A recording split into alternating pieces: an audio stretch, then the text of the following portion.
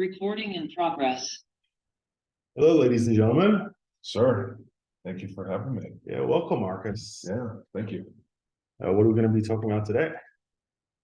Whatever you want. Yeah. We live in very similar worlds, you and I. So I think it's kind of an interesting crossover that we found ourselves connected to one another. And the real estate world is very broad, right? And it's, obviously brought together by our business relationship, but I think there's a lot to unpack just between the mortgage side of things, what we do, and the human side of it too, which is really interesting because I've never really met like a mortgage company that was so interesting in terms of their positioning and faith and things like that. Yeah. Well, tell us about what you do. Yeah. So what's your part in the real estate business? So I was actually brought up as a mortgage, or not a mortgage broker, a real estate broker. So when I was 18, I was like in a family of people that were involved in real estate. And I ended up getting my broker's license, my real estate broker's license, when I was like 19, which was cool. But basically I was operating as like a buyer's agent for a real estate investor. So I was like a college kid. And they would just send me out to go find bank-owned properties. Back then you could just scrape them up. Yeah. So my job back then was to find properties. I would go scour the bank's listings. I would go do, like, back in the day, I don't know if you remember, there's something called a home path program. Yeah. So it was part of the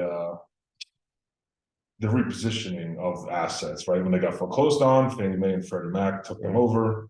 And then this was they had two different programs to dispose of them, home steps and home paths. So we did a lot of deals buying homes through that program, and then we would go directly to the banks, and they would have land, and they would have all these weird properties that were just foreclosed on, bought back by the bank, and then we would go and buy them. I would reposition it, I would rehab it, I would renovate the property, or lease the property, and that's the 2-minute version of how I got into the real estate business. Well, tell me more about what you said about like the faith part of the business. Well, it's where I grew up, it wasn't a thing, right? Like, I'm Jewish. I was not born in a place that I was actually born in Tallahassee, which is North Florida, which is closer to the Georgia border than it is anything else. Right. Very southern town, very conservative Christian town, which is great. Yeah. It's just I was the odd man out there. Yeah. So like we were a family of people that were involved in real estate, Jewish, Italian, not your run of the mill Tallahassee family. Yeah. No, it's no nice way to say it. It's just like that just wasn't us. But my family is originally from here. They originally came to Miami Beach. I was just with Menashe. I was telling him that they were Jews persecuted in Italy in the 1930s. So my great grandfather was a dentist in Genoa. Wow, so the whole, there wasn't a ton of Jews in Italy before, but after the war there was obviously much less, and they kind of got wind of what was happening. They had a normal family, spread out in northern Italy, and then they kind of saw the writing on the wall, so to speak. And then eventually he had to shut down his practice because they didn't allow Jews to practice business anymore in Italy. And then they made their way to New York, which they then made their way down to Miami Beach. And, we settled here a long time ago, and they kind of got into the real estate business after that. And so the thing that I thought was interesting about meeting you guys is just not very many, like basically all Jewish organizations in the real estate business that do what you do. What does that mean, do what you did? The mortgage business, right? Like it's a very diverse business. So I thought it was very unique to meet you guys because there's probably not a lot of Jewish appraisal management company owners either. So to meet a company of all Jewish brokers, for the most part, right? Yeah, we're expanding now to we have other non-Jewish brokers, like but it started out as a Jewish firm, and now we're expanding. Yeah. So I thought that everybody. Was interesting. But what do you find different? Like what you said something there about faith. I'm trying to. What do you? I haven't teased it out myself, but there is certainly, with small tribes of people, right? There is certainly in the world a majority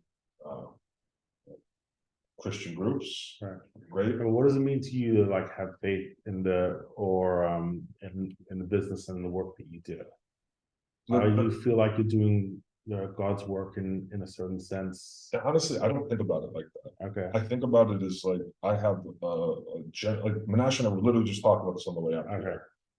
So he showed me these videos Yeah. of something going on in Orlando where there was, just anti-Semitic protests, people screaming outside of a synagogue, threatening people. That wouldn't happen down in South Florida. No. Maybe in Orlando that can fly, but here they would just, it would probably get ran out very quickly. But my point here is like, to me, it's a generational thing. To me, it's like, I'm proud of my heritage. It's good. I am, Should be. I am, Yeah. I'm on me every day. And, like I told you before, like I'm the co-host of a pretty big fitness podcast with over 1 million downloads. And I make it a point to bring it up.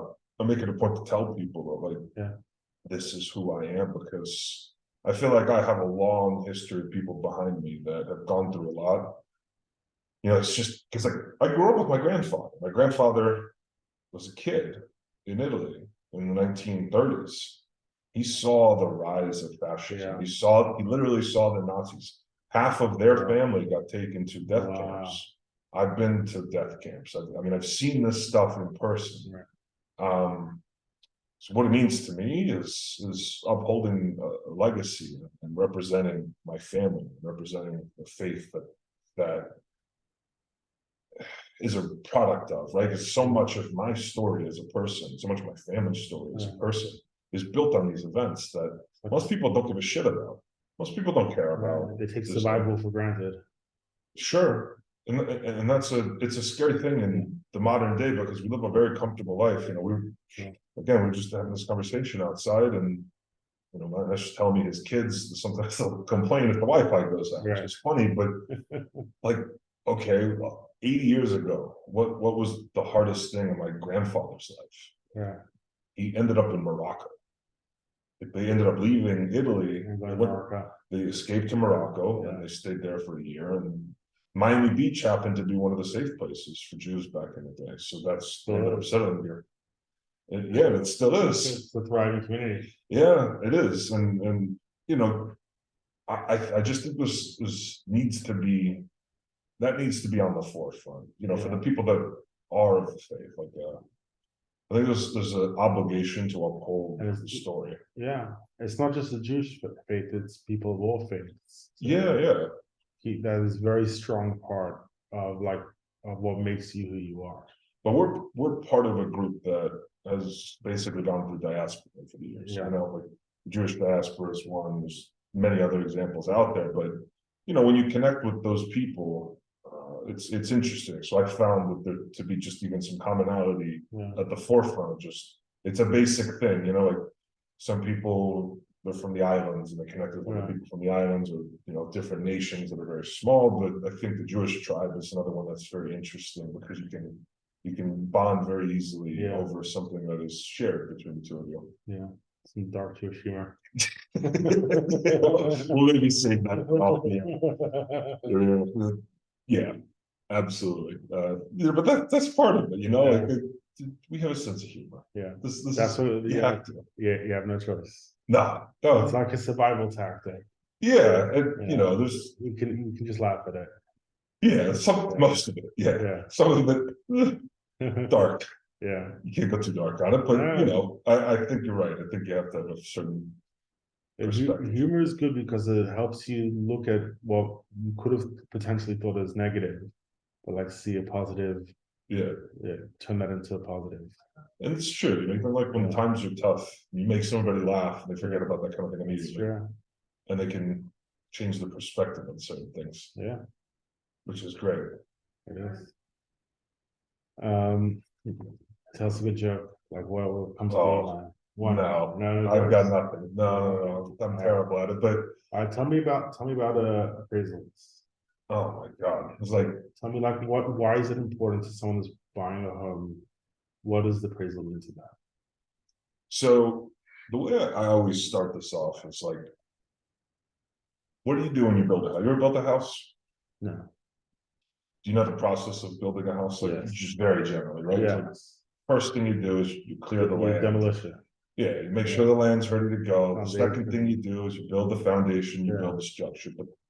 The most important part of your house is neither of those things. It's not necessarily the shell or the roof. It's. You will never be more frustrated if you can't use your bathroom in your own home. Never. So what I explain to people is that nobody cares about us. And I mean that with like a smile on my face because nobody thinks about the plumbing of their house until it's broken. Right, it's true. So when we come in, and this is, I guess, more of a philosophical take on what we do to explain the appraisal business, but Okay. we're the guys that come in and fix the plumbing, right? So if you have a plumbing system that's not broken, you know, then you realize, I shouldn't have hired the cheap one. You go with, you know, the new plumbing company to come fix the problem, right? So the appraisal business, when it comes to plugging into the mortgage industry, it's part of the plumbing. Okay. So the appraisal business is part of the sewer system. Like, you don't think about it until it's broken or there's a problem, and you don't care how it gets done until there's a problem. But the second you can't get it done properly, and the second you can't talk to somebody about it and problem solve and have somebody be honest with you and say, listen, I don't know what is wrong, tell me. So for me, that's how I approach it. This might It's sound like it's an essential part of the process, just like the plumbing is. exactly. That's what makes the house work. That's what makes your loan work. Exactly. You have in the house, you need electricity, you need plumbing. Yes. You know, and that's the part of it. Exactly. So I think of that analogy a lot because I'd like to think of what we do as a company is like, I'm the plumber you can call. Right. You might not like the news, and I might tell you that your pipe's busted, but we're going to talk about it, and I'm going to just be as honest. And you know, to me, I don't care what I do in business. I love real estate. I grew up doing it. I found my way into the appraisal business. The product itself doesn't matter to me. I like human relationships. I like talking to people. That's why I do all the podcasting that I do. That's the fun part. Yeah, but this is the human. To me, I'm in a business that it is a human business. Human business. That's what people think. It's all cut and dry numbers and papers. It's not. No, there's a big part of humanity in this process. It's really the main part of the process. Even like when you're working with banks, there are humans behind those desks that you have connection and relationship with. And there's always the relationship, I think, is the most beautiful and important part of the entire business. it's the only thing that matters. Yeah, because you can. For you, what rules and policies change all the time. Right. What do you compete on in your business? What do you mean competing on? Okay, so let's just say that you have a borrower calls you, and then they call somebody down the street, and they call somebody down the street from him, and they're shopping around. Like, what do you think you compete on in your business?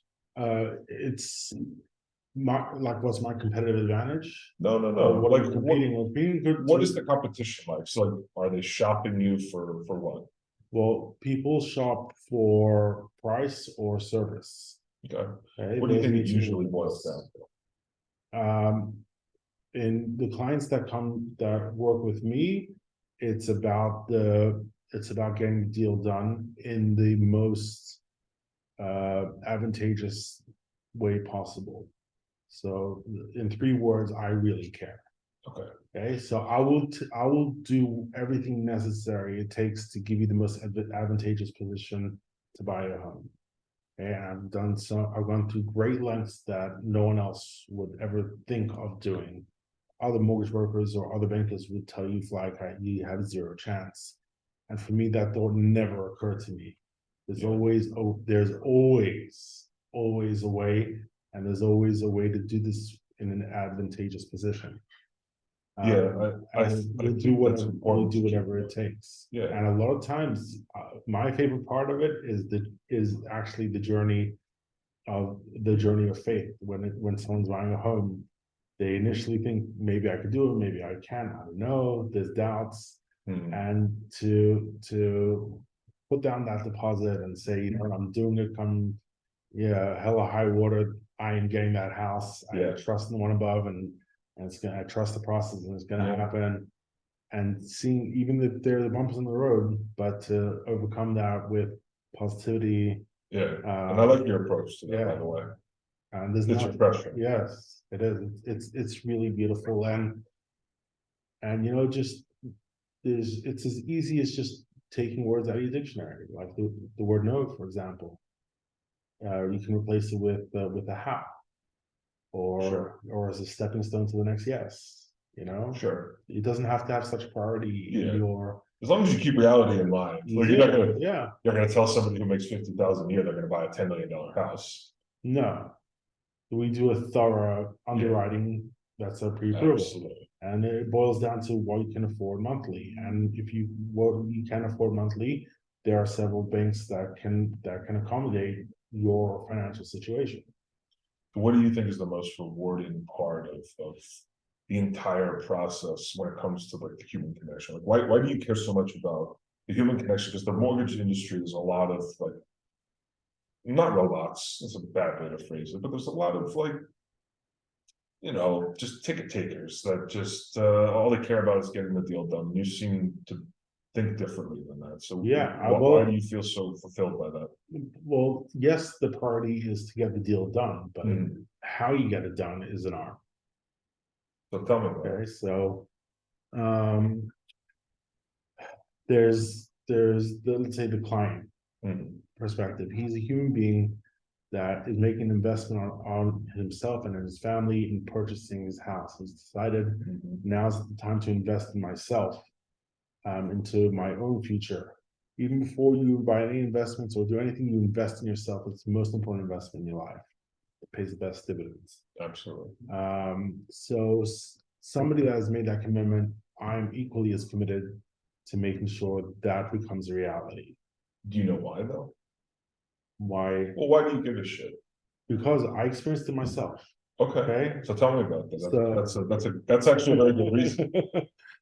I lived in Argentina for 2 years. Really? Yeah, Oh, when I just got married, I met my wife. Really? I lived there for 2 years. What Yeah, city? Buenos Aires. Really? Yeah. What'd you do there for 2 years? A number of things that I had to do just to survive. One of the jobs that I always bring up that sticks with me is I had to. My job was to pick worms out of fish for $2 an hour, just to bring No way. basic crackers and cheese. That's all we had to eat. How old are you? 20, 23. Yeah. Yeah. Yeah. No way. Yeah. Okay. And That's wild. I'll come home and the stench that I had on me was absolutely horrible. I get nauseous just from smelling fish. I don't eat fish. With good reason. You gotta pass. You know, even before then. Oh my God. So hold on. Well, this is a great story, but why were you in Argentina in the first place? I went to visit. My sister was living there, so I said I'll go visit her for the holidays. And then I was talking to my cousin right before my trip, and she's like, "Oh, there's an amazing girl there. You definitely have got set up. you definitely have to meet her." So I told my sister about it. She's like, "Yeah, she is an amazing girl. Let me talk to her mom. Maybe we can do like a shidduch, like a matchmaking." Oh my God. Okay. That's how they did it. Oh yeah. So her mom was taking her time to do her due diligence and research. And I was only gonna be there for 3 weeks. I got there, she still didn't give me an answer if I can date her daughter. So You hadn't even met her at that point? no, Okay. but I called her Cool. up. I called up her mom. Okay. That's awesome. And I said, "Mr. Grimble, I want to date your daughter. What's taking so long?" She's like stunned. She's like, "Okay, I'll call you back." She calls back 5 minutes later, pick her up at 8 o'clock. And I did. This is a great example of the sales Yeah. process. Yeah, Your persistence pays off. it does, because you know what do I have to lose if Exactly. she doesn't say yes, it's a no. Yeah. If I call her up, maybe it's a yes. No. There you go. So went for it, and then I proposed to her on the 5th day. Oh my God. Yeah, You know. yeah. You're still married. Still married, 14 years, 3 kids. So you ended up in Argentina for the number of years. And what else And did it's you the do? best decision of my life. Really? That one, yeah. I got so lucky with my wife. But you like it's amazing you met her there. That's interesting. Yeah. I traveled the world.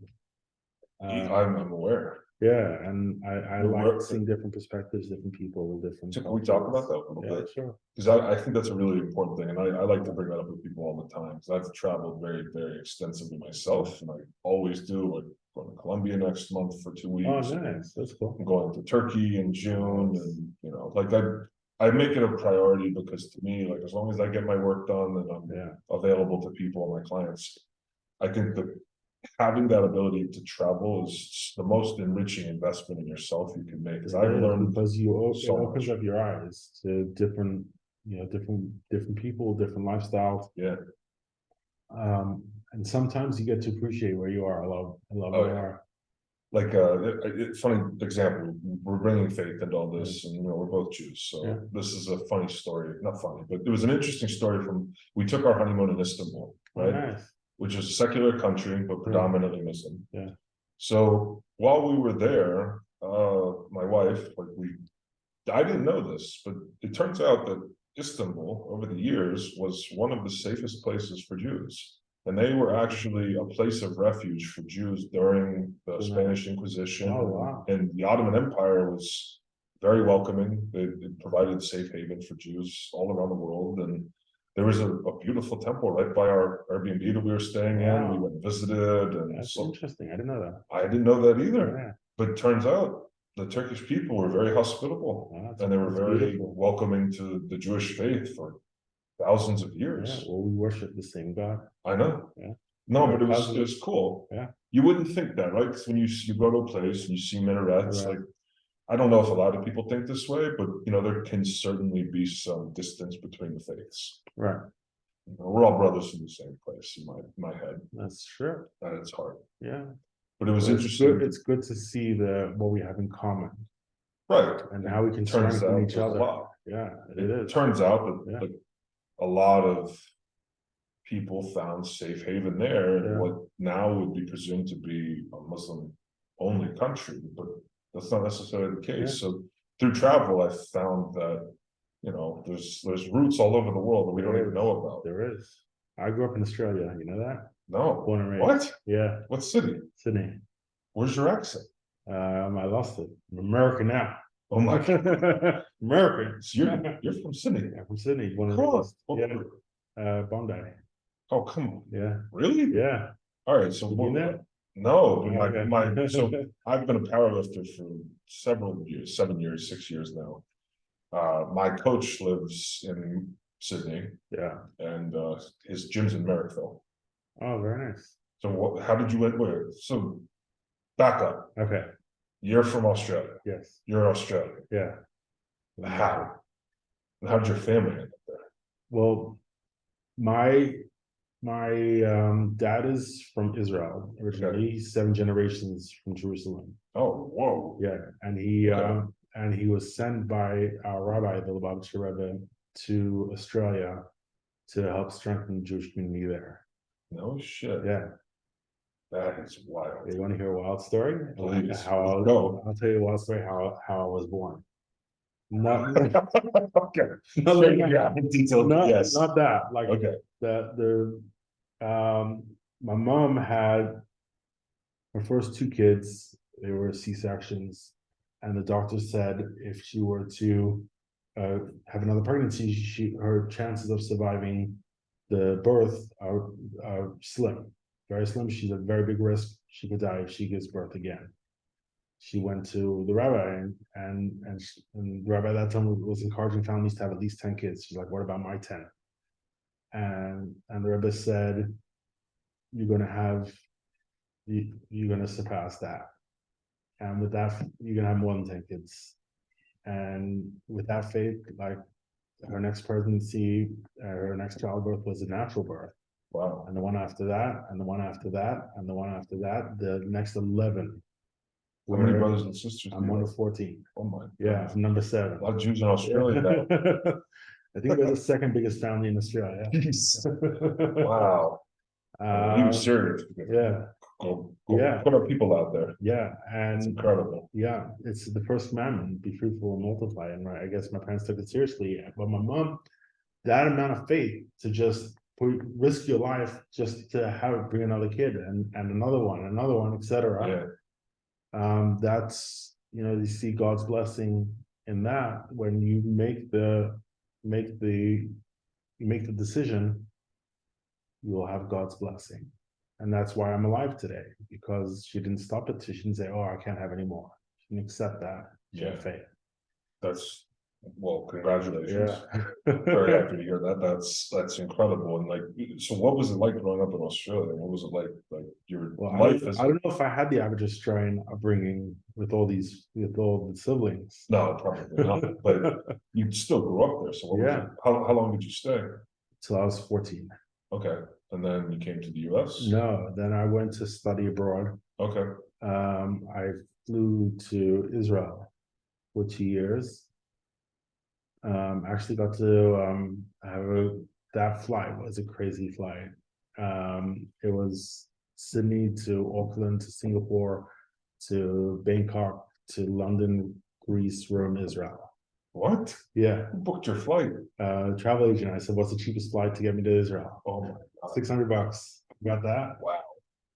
And when I finally got to Rome, Israel went on strike for a week. And I got to tour Rome for a week at Beautiful 14 years city, old. right? It was beautiful. It was Yeah, awesome. incredible. Seeing it from the eyes of a 14-year-old, and we just figured it out. There were other Jews that were in the same position, and one of them got a hotel from the airline because he was bumped the day before, so we all camped out there, and That's cool. And saw it together. And then I let my parents know after I arrived in Israel, hey, I got there safely. By the way, there was a stopover in Rome for a week. Not a bad. They wouldn't know the difference. Not a bad place to be stuck. I love that. It was good. But what was your time in Israel like? It was just I was studying. 2 years. What did you learn from your time there? Because it's an interesting place. Learn like academically or personally? No, personally. Yeah, academics. Right. You get out of here. Yeah, exactly. What I learned,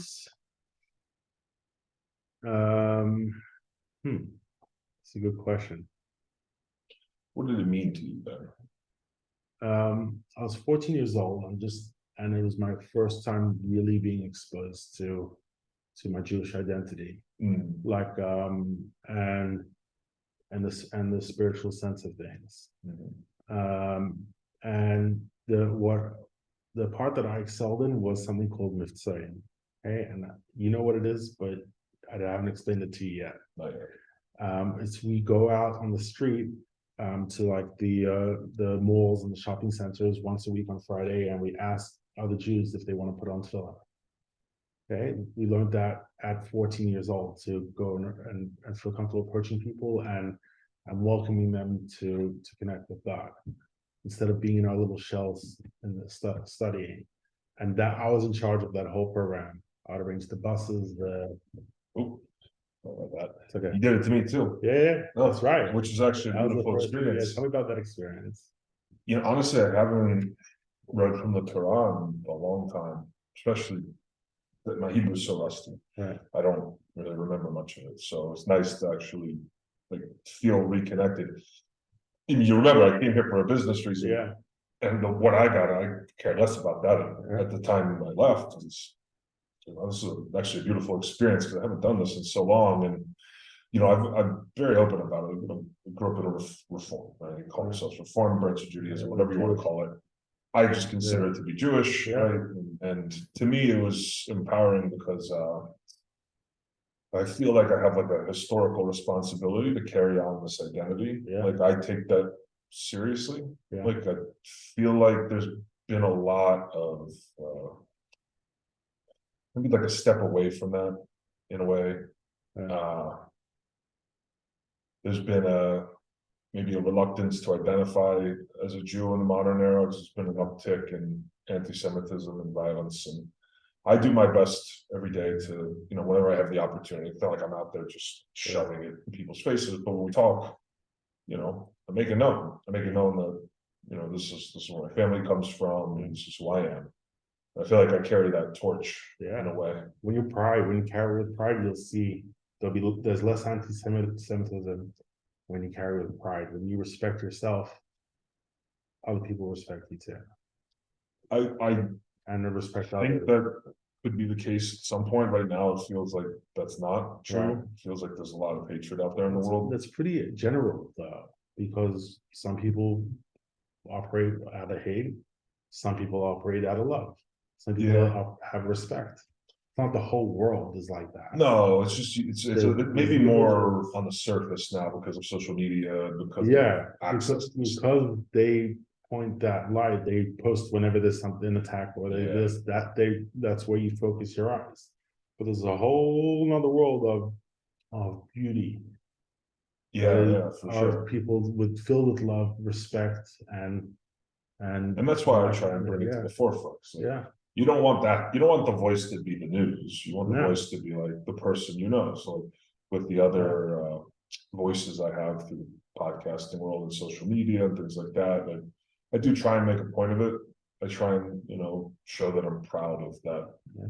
historical heritage and my family and what they went through to come here and give me the life I had. Because if it wasn't for them, I wouldn't be alive. it's true. And I think it's something very powerful for all of us to keep in mind is the historical precedent that was set by our forebears, Yeah, we're like small compared to them, but we're on their shoulders. Right. We have to uphold that legacy, Yeah. as members of the tribe, so to speak. Yeah, It's our job to perpetuate this story because 80 years isn't very long, and 100 years some things might be forgotten. It's just I think this is my personal opinion. Like I like to keep that in mind myself. and something interesting. Our Rebbe also said that the state of Florida will be the Jerusalem of the diaspora.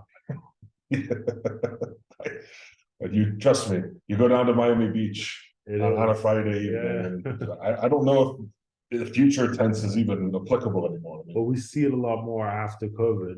We saw everyone flocking to the free state of Florida. Here, Brooklyn, there's people from Brooklyn are coming here. Oh, I know. We get the best of the Brooklynites that want to have the freedom. Yeah. Which I love that, but I've seen it my whole life because to me it's like it was very odd being Jewish in a part of Florida that wasn't down here, and then once I'm in Miami, it's like you can identify visually, like, oh, okay, like I feel a little comfortable. I know that we're it's like you see somebody from the same tribe, basically. Yeah, and there's a certain amount of comfort that comes with that to me. Yeah, it is. And for me, like the most rewarding part of being a mortgage broker is helping people to make that quantum leap. It's a quantum leap going from renting to buying. You're another human being. You start to think more broadly, more responsible, take charge of your life, and start to think instead of tens of thousands or 100,000s, you start to think more like a millionaire. Investing in yourself, and that's your first house. Maybe second and third. God willing, more and more. But you start to stop leaving it to other people to determine where your life is going to be. Who that your rent and the roof of your head is in the hands of somebody else. No, it's in your hands and God's hands. And we're just building a vessel for his blessings. Yeah, it's interesting to think about it. Like it actually makes you a more responsible person. Because I've noticed that myself.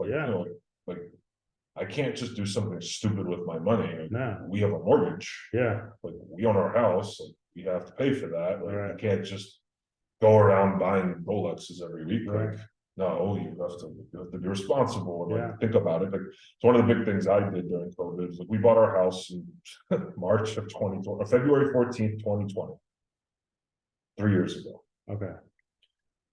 Our home is now under renovation. We decided to build onto it because we have children, a child at some point very soon, next couple of years.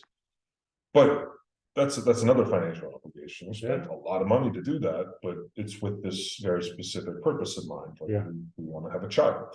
We want to have a little one, See, you're now thinking ahead instead of behind. And but I knew that from when I was very young. But buying this house was like it's not like somebody talked me into it, but like, I have, one of my uncles is a mortgage broker, and yeah, at the time I was like, I don't know if I could do this, like, this is kind of a crazy, a $500,000 house. What are you talking about? Like Yeah. now for South Florida, you can't buy anything for Nah. $500,000.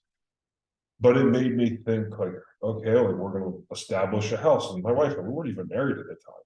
Wow. We were like a year and a half out or 2 years out from actually being married, or we're engaged, Right. but I think it was the best decision I made in my life, Yes. because there's this That, thing. oh, yeah, so back to that story, same thing here. The same thing when I did when I went to date my wife, same thing with my move to Florida and buying my house Where'd you live before? in New York. 10 years, a lot of it in a tiny 2-bedroom apartment that could now fit in my garage. Oh my God. What part? Brooklyn? Brooklyn, Crown Heights, yeah. Of course. And you know, I was never at peace over there. I was always struggling to survive. And then, yeah, just like different, it works for a lot of people. Just for me, it felt like a sort of a prison in my own head. Why? I don't know. Like what? It was just that victim mentality that I had. Like I just gotta survive. I just gotta survive one more day, you know. Was like the financial environment tough, or was it like a culture thing there, or like it walk was me through that? Because I'm really just curious now for my own reasons. Like, okay. What was that like? I tried, you know, firstly getting to New York, miracle story, and it was liberation going to New York from Argentina. Okay, Argentina, I suffered a ton. And New York, I had a job at a roof over my head, food on the table, big upgrade from Argentina. The fish deworming business doesn't sound very yeah. You weren't really selling it to me. Right. I try. No, I learned a good lesson from that story, and it sticks with me. It wasn't like I didn't hate that part of it, but I learned that, you know, do whatever it takes. That's what I learned from that. You do whatever it takes, you know, until you find a better solution, which is find better solution. But that's what I learned from that. It's why it sticks with me. And I did a bunch of jobs in New York that didn't stick because I'm not a job type of guy.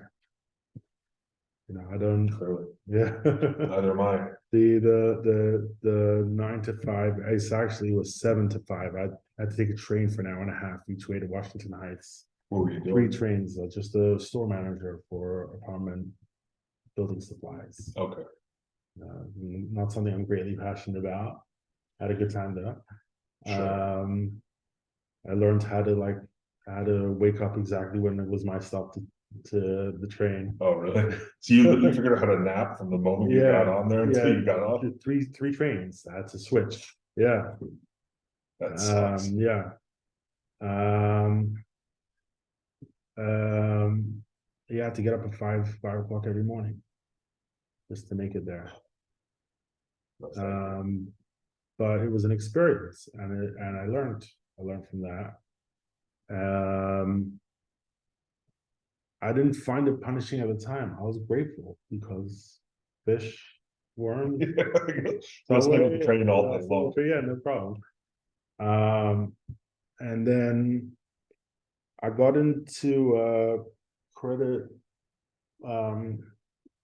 consultation for mortgages. I started doing it for someone else who didn't do a very good job. So I went out on my own. I learned how to do it good. I help people fix their credit, and then someone asked me to do it for a mortgage, sure. And I started to specialize in that. So I was in the sort of the peripheral of the mortgage industry, you know, on the outskirts, just helping people get in the door.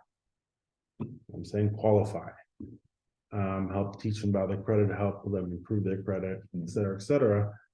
But after I was just struggling to survive, and came COVID, you know, family of 5 in a small tiny apartment, going crazy.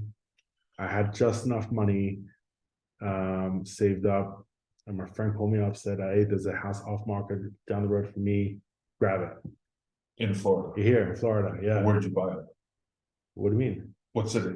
Miami Gardens. Oh, okay. Yeah, Yeah. right here, 15 minutes away. Okay.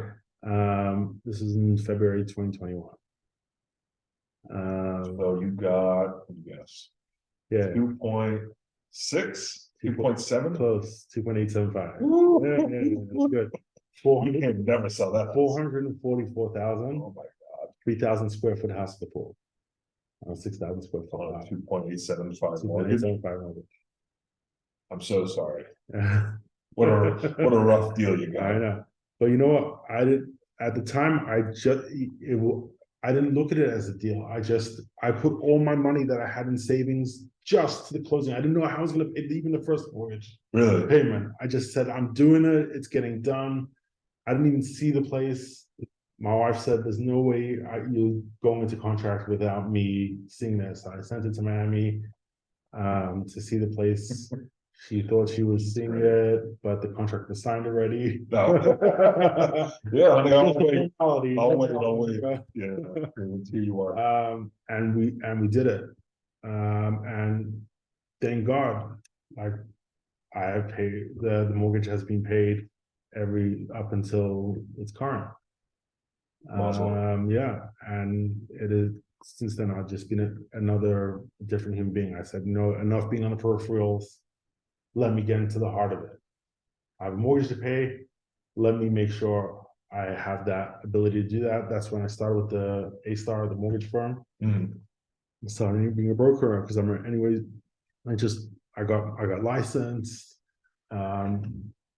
quickest in the company history, less than a month.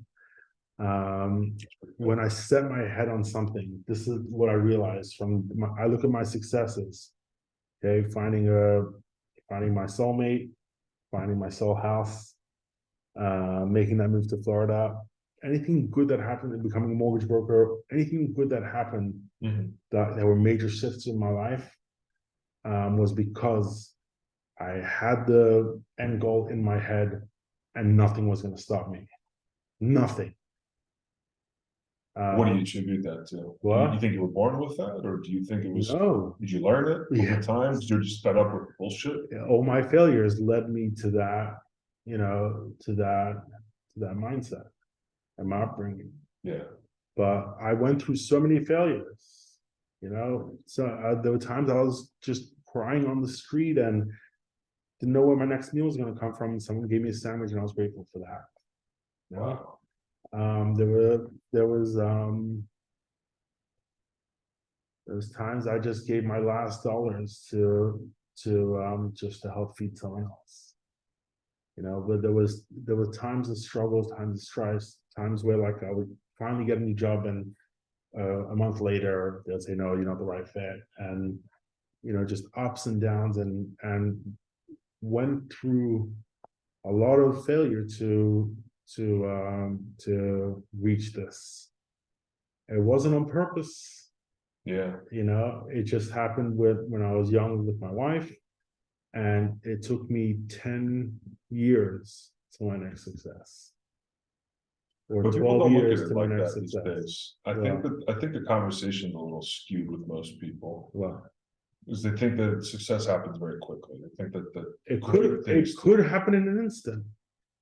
It could. Sure, it could. Yeah, but I don't think that's the norm. It's not the norm, and don't count on it. Sure. You got to put in all the effort, make those failures, and learn from those failures. The speed of it depends how quickly you learn from your failures.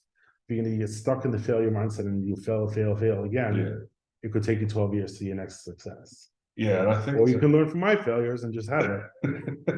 But it's great to hear the story of just being so frustrated for so long and not like feeling like you. Because even me, I always tell people this, because like I have to remind myself of that every day. But I'm very grateful for where we are, our business, my life, my personal life, but the doubt creeps in a lot.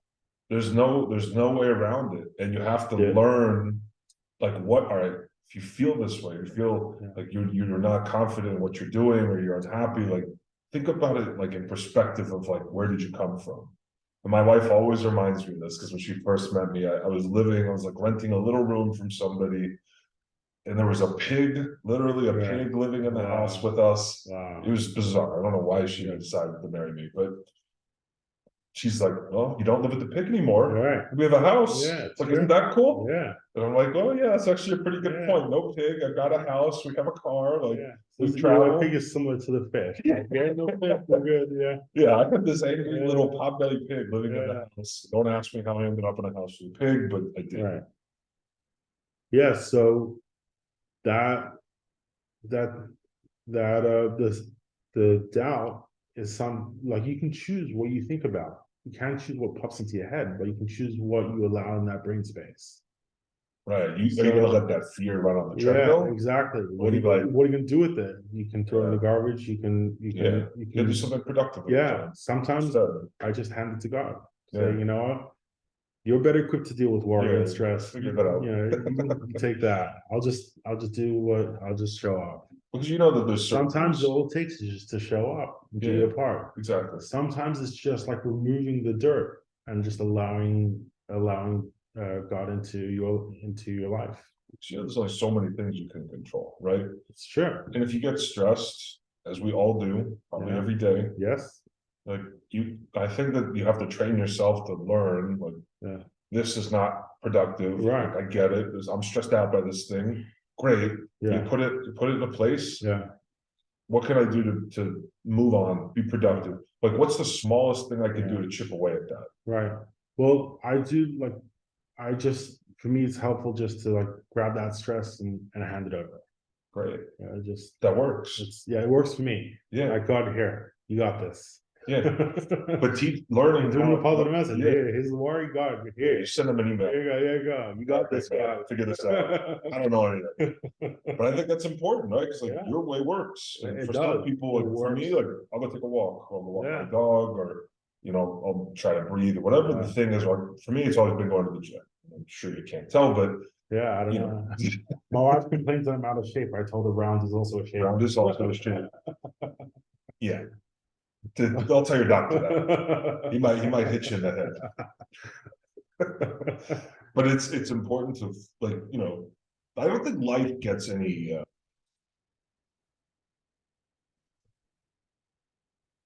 more things that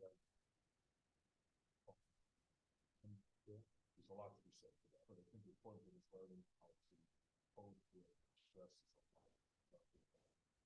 and not like some hokey thing. Like, what's an actual thing? You go for a walk. Okay, great. Go do that for 10 minutes. Come back and then revisit whatever. It's not going to be like Yeah. And also control the impulse, like what you put into your head, into your heart. For example, is for me, like for you, it might be working out, for me, it's dance. Okay. From the noise canceling headphones, pump up the music, and dance for 10-15 minutes. I'm in a good state. I'm happy. Yeah, because you have a thing. Yeah. My thing is the gym. Yeah. I'll crush myself under the back squat or whatever it is. Whatever it is, increase the positivity. Yeah. You can increase the positivity and reduce the negativity. Which is incredibly difficult to master these days. Master? I don't know if there's such a thing as master. Perfect is the opposite of done. There's no perfect. It's the. I don't need master. I think there's a lot of negativity on social media and the internet. I think it's easier to let yourself become susceptible to the negativity of the world than it is the good news, positivity, the promise of the future. Right. So it's important to keep that in mind. Like, there's a lot of negative shit out there. What can I do today? Be good. Go do something for a friend. Do something for your company. Yeah. Your community. It doesn't have to be huge. Giving your friend a cup. That could save their life. Yeah. You never know. It can. You just like, hey buddy, what's up? What's going on? Yeah. You doing good?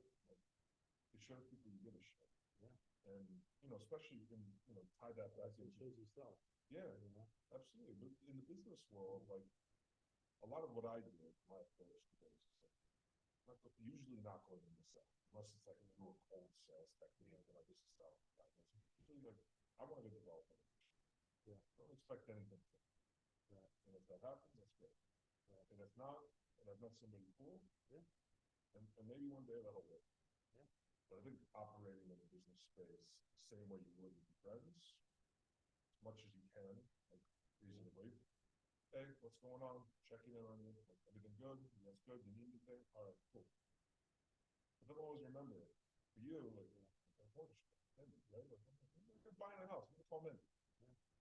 You build up that relationship. You build up that rapport with somebody. So you're not like you're a friend as opposed to some guy calling. You know, do you want to renew your car's warranty? Yeah. To me, it's more than just it's sort of like a mission. Yeah. What Like is that? my purpose here in this world, I'm fulfilling by being able to help you experience the same transition that I did. Because you found it so meaningful to you. Yeah, I have really, yeah, it's changed it like in different, like in a different world, a different dimension of a human being when I was able to do that.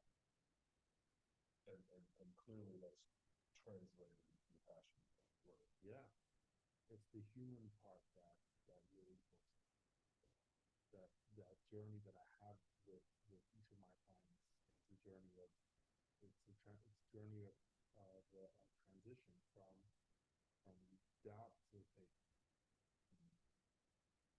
Faith in God, faith in themselves, and investing in themselves and come what may, you know, this is what I'm doing. And sometimes the client thinks they can control everything. They can't. I can't control everything. Banks can't control everything.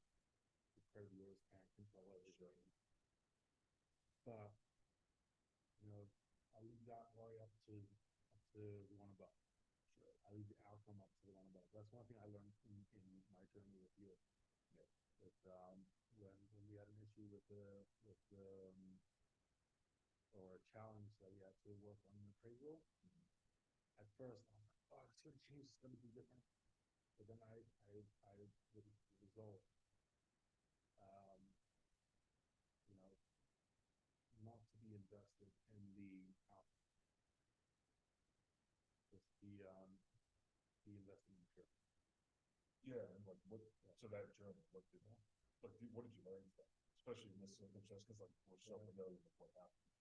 Well, it's ongoing. It's not done yet. It's still a journey. Until it's closed, it's still a journey. And every day is a journey. The journey never ends. I like to look at things that way. Yeah. At least it takes the finality, the rest. Oh, this is over. It's done. It's never done. Right. That's good because even after I close the client, the relationship stays. And they'll remember that. Yeah. If you were a jerk to them, they don't still close the line. It's still continues. I continue relationships. All my clients that I've closed, they come on a regular basis.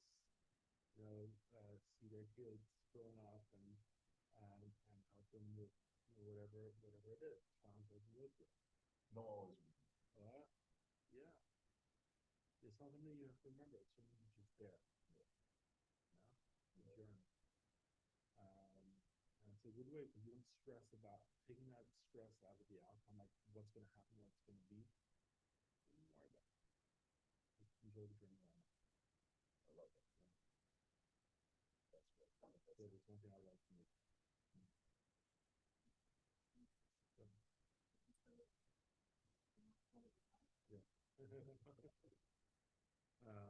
Yeah. That's the message for today, I guess.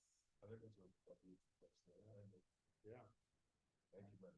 So we're going to today? Yeah. No, let's do it. Let's do it. All right, see you guys. Thanks for joining.